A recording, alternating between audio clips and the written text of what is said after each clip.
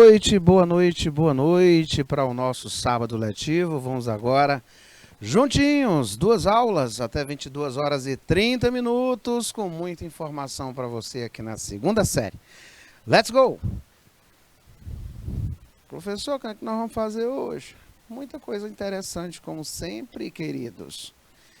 Dentre as quais chamar a atenção aí para os modalizadores, voz passiva, no intuito de identificar e analisar as suas especificidades, resolução de questões, e onde nós pararmos fica aí o para casa, que você pode estar resolvendo e trazendo aí para as nossas próximas aulas, combinado? É sempre muito importante nós dizermos isso. The voice of the verbs. Professor, vamos dar uma olhadinha mais de perto nisso? Para início de conversa. O que seria essa voz, né? O que é isso aí mesmo, professor? Né? Primeiro item a ser questionado. Voz do verbo consiste na forma gramatical assumida pelo sujeito para indicar se o sujeito é o executor da ação. Ou, se ele não é o executor da ação, o recebedor dessa ação. Então, quando isso acontece, você tem a diferenciação entre a voz ativa e passiva. E a reflexiva? A reflexiva é quando você tem o sujeito, ele pratica e sofre a ação descrita pelo verbo. Pronto, seria isso as três formas que você vai lembrar. Então, a primeira, vamos lá, sintetizar bem, né? Então, o que é uma voz verbal? É uma forma gramatical assumida pelo sujeito. Essa forma gramatical assumida pelo sujeito vai indicar se esse sujeito ele executa, ele faz a ação, ou se ele recebe os efeitos desta ação. Pronto. Na língua inglesa, nós temos três vozes. A primeira é a voz ativa, quando você quer enfatizar o praticante da ação. É a mais usada, é a que a gente utiliza no nosso dia a dia. A segunda é a passiva. A passiva, eu não quero saber quem praticou esta ação, mas sim,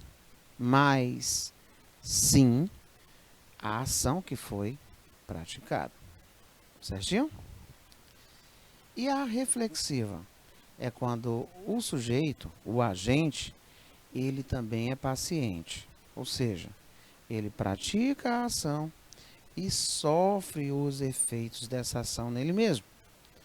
E para que isso aconteça, eu preciso de um pronome, chamado de pronome reflexivo. Então, quando você for anotar, você coloca que ele vai usar um pronome chamado de pronome reflexivo. Chamado de pronome reflexivo. Dito isso, vamos visualizar a voz ativa, né? A voz ativa, tá?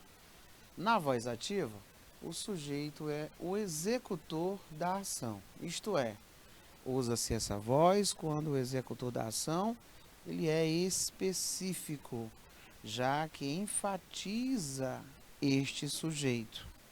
Vamos dar um exemplo? Eu vou dizer que ele is going to paint the wall. Pronto, para não fugir muito do conteúdo, né, do objeto de estudo da semana. Ele vai pintar o muro, a parede. Quem vai pintar este muro, a parede? Ele. Nesse exato momento, eu consigo visualizar a importância do sujeito.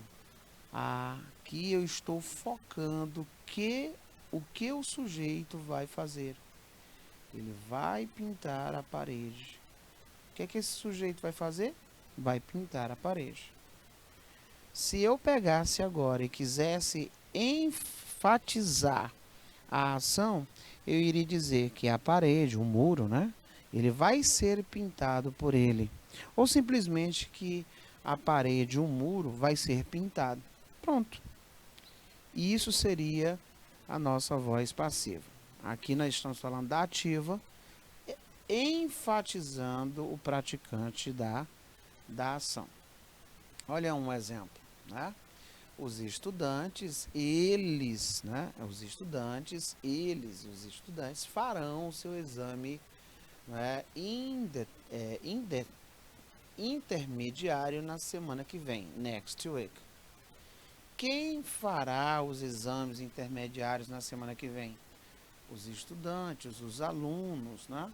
Então eu tenho aqui o enfoque marcado no praticante da ação, que é o sujeito. O sujeito, ele está em evidência.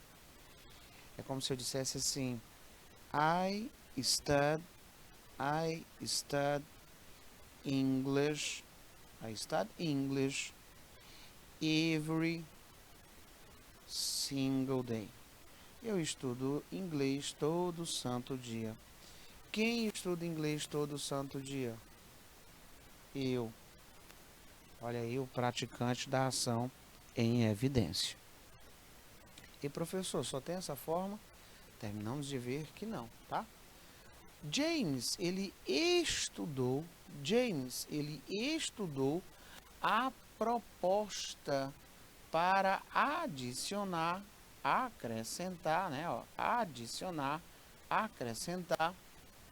mais um andar na casa.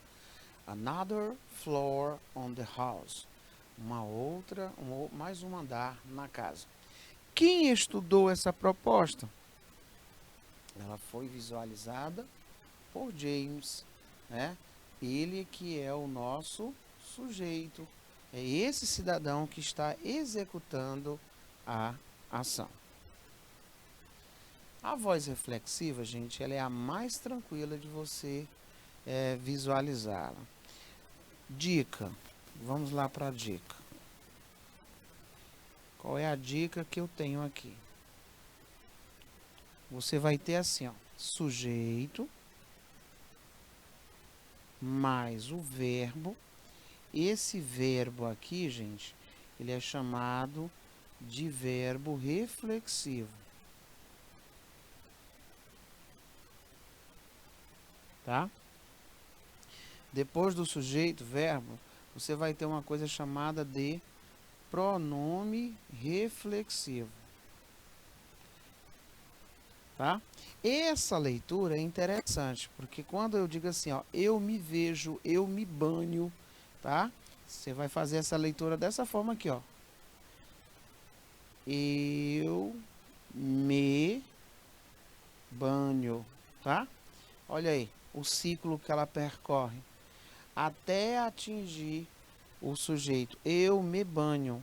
Ele está enfatizando que ele vai executar uma ação e essa ação vai recair sobre ele. Para que isso aconteça, nós vimos que depois do verbo, chamado de verbo reflexivo, eu tenho que ter o seu acompanhamento ideal. Tipo, se eu tenho I, vai ser myself. Se eu tenho you, yourself.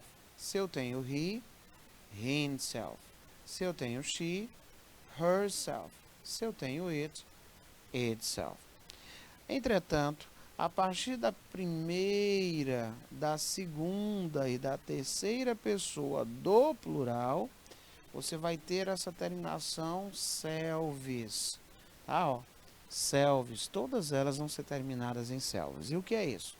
É te garantindo que a voz reflexiva, ela é construída sempre com um pronome chamado de pronome reflexivo, e esse pronome chamado reflexivo, ele vem após o verbo, e esse verbo, ele é chamado de verbo reflexivo. Certinho? Então, nós temos aqui, para a existência dessa funcionalidade dessa voz, né? Eu tenho que ter essa construção: sujeito, verbo reflexivo, pronome reflexivo. Então, ó, eu me banho todo santo dia. Então, todo dia eu me banho. Esse me, ele é representado por myself, tá? Então, eu me banho todo santo dia. Essa aí é a estrutura, como é que ela é organizada para dar essa noção de reflexividade, tá? Olha, as crianças, elas se divertem. As crianças, elas se divertiram, né? Ó, as crianças, elas se divertiram, tá? Quem é esse se aqui? Ele é representado através do themself. Por que ficou themself? Porque está falando delas, né? Elas quem? As crianças. Woods, né? As crianças, elas se divertiram na floresta. Então, eu tenho aqui a representatividade de uma voz, o quê? Reflexiva. O sujeito, ele pratica uma ação que recai nele mesmo. E quem são aí os nossos representantes para a passive voice, a voz passiva? Primeiro, eu preciso lembrar que a voz passiva, ela é muito comum em certas situações textuais, tá? E aqui é onde entra o lembrete da aula de ontem, né, de sexta-feira. Quando você vai ouvir falar em voz passiva, vamos lembrar qualidade de competência de área número 2, habilidades 5, 6, 7. Né? Primeiro item que eu tenho que lembrar é que dentro desse estudo de texto, de estrutura textual, eu tenho uma subdivisão entre gênero textual e tipo textual. Primeiro item a ser lembrado. Segundo item a ser lembrado: na silhueta, sombreamento de texto, que é aquele que vai nos dar uma funcionalidade, né? Vai atender uma necessidade comunicativa específica, eu tenho textos que carecem de uma construção mais formal, tratada da impessoalidade. Impessoalidade é esta que nós podemos verificar de diversas maneiras, né? Por um exemplo, eu posso utilizar a impessoalidade para dizer que um crime fora cometido. Mas eu não estou dizendo quem cometeu o crime. Por quê? Porque num noticiário, numa headline, né, num break news, que são as manchetes de última hora, muito presente em jornais, noticiários de TV, não é? Também muito presente, por um exemplo, em cartazes, que tem o intuito de orientar um público, tá? Um público que está em um logradouro público, por um exemplo, ou que está, vamos supor, num aeroporto, e eu quero dizer que a todos aqueles viajantes, mas eu não quero especificar qual, poderá ter a sua bagagem revistada, né? As bagagens, né, serão revistadas pela Polícia Federal, pela alfândega, que seja, né? Observa, serão revistadas. Porque eu estou falando o ato de ser verificado, mas eu não estou falando quem vai praticar e quem vai sofrer essa ação. Tá? É muito importante que se diga isso.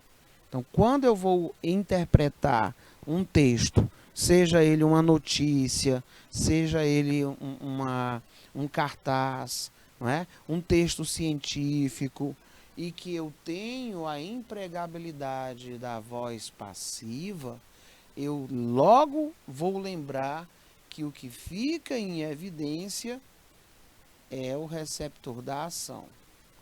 Então você vai estar atento à ação que foi recepcionada, tá? A ação que foi recepcionada.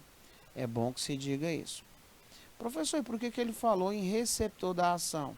Bom, na aula de ontem, eu também disse para vocês que nós temos 4 passos para realizarmos uma passiva.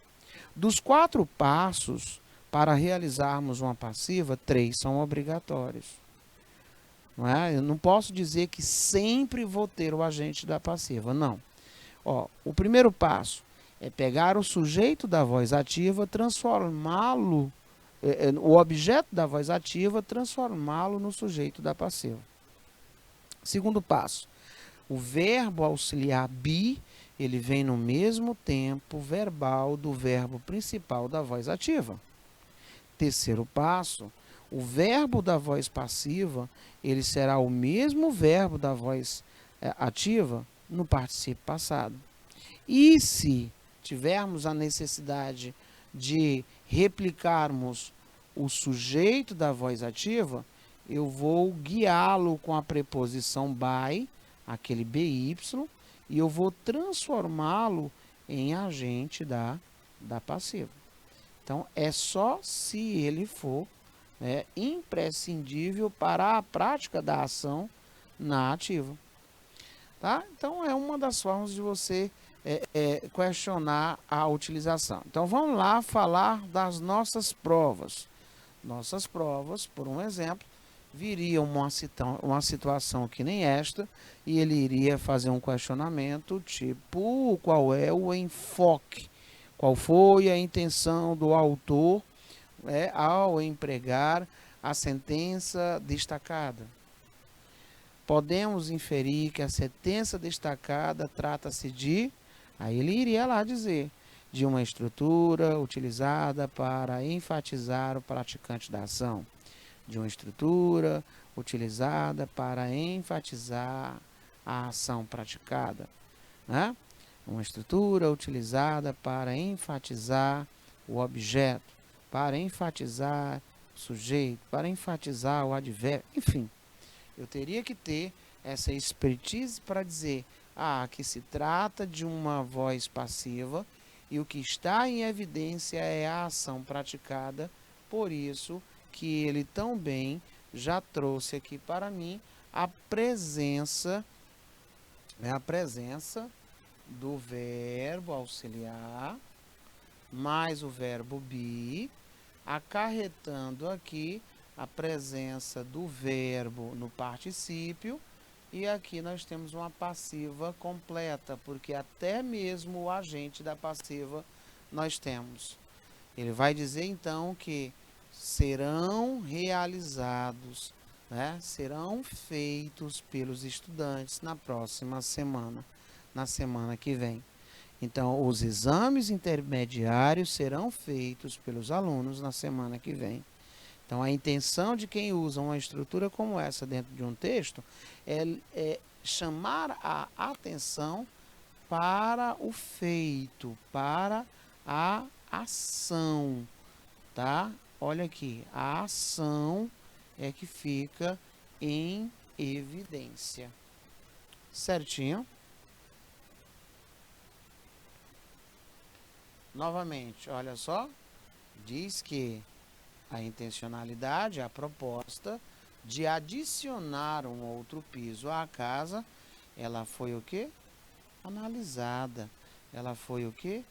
Estudada. Ela foi verificada, né?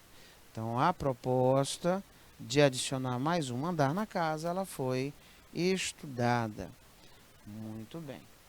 Aqui eu tenho a possibilidade de utilização dos mais variados tempos, verbais. Aí é onde entra o perigo da história. Eu tenho que tomar um certo critério.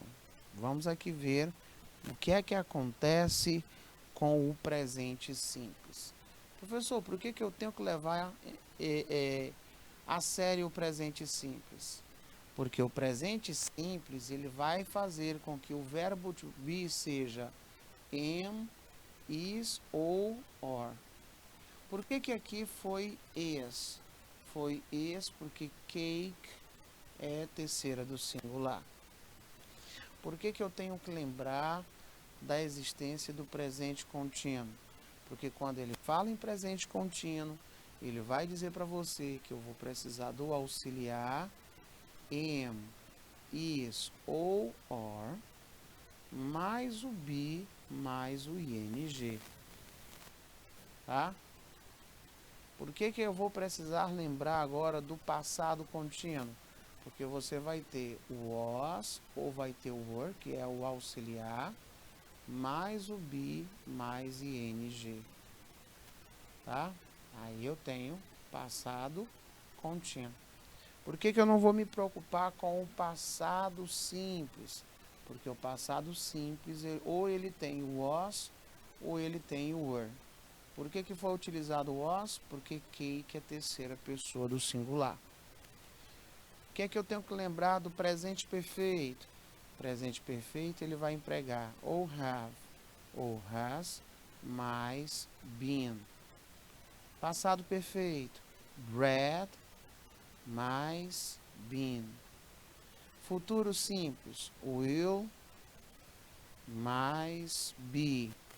Tá? Futuro, be going to. Você vai pegar esse be, transformar em am, is ou or. Vai acrescentar o going, depois vai acrescentar o to be. Pronto, olha aí a estrutura. Quando você tem modais, o que você vai fazer com modais? Se for can mais be. Se for must mais be. Se for should mais be. Tá? E depois que você acrescentar isso, você vai colocar um VPP. O que é isso? Um verbo principal no particípio passado. Tá? Para você que está assistindo a aula, para você que vai ver a gravação, para a reprise, lembrando sempre que esse conteúdo ele está no objeto de estudo, não é, de mês de outubro, então ele vai se fazer presente lá no novembro e que fatalmente vai estar nas nossas provas finais. Então, muito cuidado porque é um conteúdo que ele vai trazer uma lembrança de todos os outros tempos verbais que vocês já tiveram contato durante a vida estudantil até aqui, tá? Então, ficou com dúvida? Anota a dúvida, traz na aula de sexta-feira para a gente estar trabalhando com vocês. Então, aqui foi um quadro que eu demonstrei para vocês, para lembrar que se falou de voz ativa, eu fico vidrado na ação. Falou de voz ativa, a action é que me chama a atenção. Falou de voz passiva, é a ação, professor. Muito bem. Mas essa ação, ela tem dois verbos, né? O primeiro sendo o verbo to be. A ação que vai ser chamada aqui é aquela que foi praticada pelo sujeito, tá? Então, nesse caso aqui, tem o sujeito como o foco da ação para a ativa. Quando eu olho para a ação praticada, eu tenho a voz passiva. O carro foi conduzido para fora da estrada por Sally. A Sally, né, se astentou, né? O Tim, ele foi mordido no braço pelo cachorro. Certinho? Foi a ação que ficou em evidência. Dentro dessa estruturação, o que é que eu ainda posso chamar a atenção? Todas as vezes que você tiver um verbo to be, mais um segundo verbo no particípio, e ele estiver falando de vozes verbais, tome muito cuidado. Isso pode sim dizer para você que se trata de uma voz passiva, tá? Por um exemplo, se eu tenho aqui a presença dessa estrutura, eu estou dizendo que aqui é o presente contínuo. O was found, eu tenho aqui o simple past. tá? Has been, eu tenho aqui o presente perfeito. E esses aqui são tempos que muito caem, tá? Was been, eu tenho aqui o past continuous.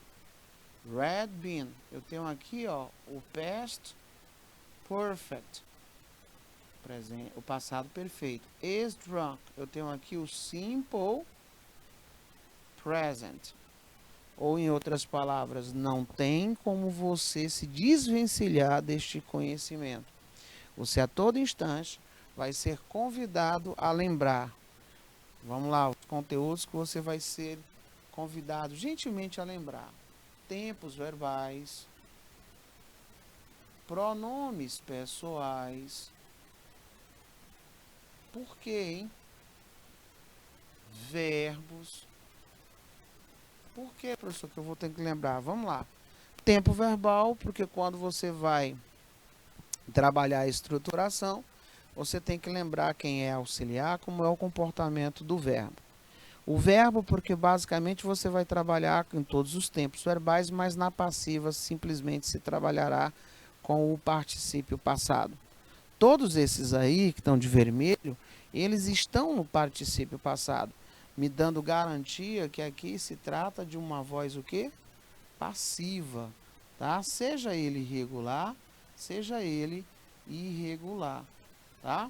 Outra estrutura que ele vai te cobrar são os pronomes. Pronome por quê? Porque quando você vai falar do agente da passiva, você coloca o que como agente da passiva? O by mais o pronome. E esse pronome, ele é um pronome objeto, tá? Se eu tenho lá na voz ativa o I, quando eu transformo esse I, sujeito da ativa, no agente da passiva, eu coloco by me, tá? Se eu tenho lá na voz ativa o she, quando eu transformo esse she no agente da passiva, by her, e assim sucessivamente, tá? Eita, professor, então o senhor colocou essa aula dessa forma por saber que nós, não é, normalmente temos aquela vontade meio que complicada de assistir a aula gravada, que é a segunda aula da sexta-feira. Exatamente, né? Aí eu replicando aqui boa parte da aula no sábado, para você que depois vai acompanhar a aula de sexta-feira, a aula do sábado, tá preparado aí para sexta-feira da próxima semana, com modelos de questões envolvendo competência e habilidade. Bom, se eu perguntasse para você, que é uma outra modalidade de trabalho, tá? Quem aqui seria o quê? Então, eu teria duas sentenças e ele vai te perguntar, pela estrutura, quem é voz passiva, quem é voz ativa. Se você analisar na sentença número 1, o verbo em destaque, ele é o passado do verbo ir. Essa estrutura, ela está enfatizando, né? Ela está enfatizando someone. E someone quer dizer o quê? Alguém. Então, a voz aqui é uma voz ativa.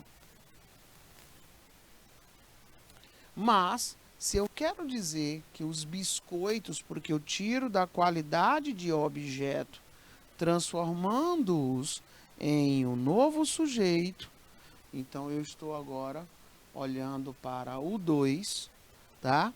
E essa construção do verbo to be mais o eaten, que é um verbo no particípio passado, você tem a certeza plena que a estrutura aí, ela foi assim orquestrada para a valorização do que foi praticado. No caso, eu quero dizer, não é, que o sujeito, o novo sujeito, antes objeto da voz ativa, ele foi compactado numa outra ação de valorização dessa ação. Qual foi? Foram devorados, eles foram comidos. Então, alguém comeu os biscoitos. Os biscoitos foram devorados, os biscoitos foram comidos. Voz ativa. Você, roubou, furtou os biscoitos. O biscoito, né? From the cookie jar. É lá daquela jarrazinha de biscoitos. Então eu vou dizer que o objeto da ativa, ele vira sujeito na passiva. De onde saiu esse aqui, professor? Ele é obrigado na passiva. Mas como saber se é presente ou passado? Porque o verbo estou, ele está no passado. E no passado, o verbo to be pode ser was ou o verbo to be pode... Tá? Se você tem singular, você vai e os demais were. Olhando para o novo sujeito da cookie, eu estou dizendo que ele é singular, portanto, no passado, far-se-á necessário a utilização do was. Na sequência, eu coloco o verbo principal da ativa, ele é o mesmo verbo principal da passiva, só que ele vai estar na casinha dos 3 P's. É o verbo principal no particípio passado. E o restante você faz apenas reproduzi-lo, né? Na íntegra.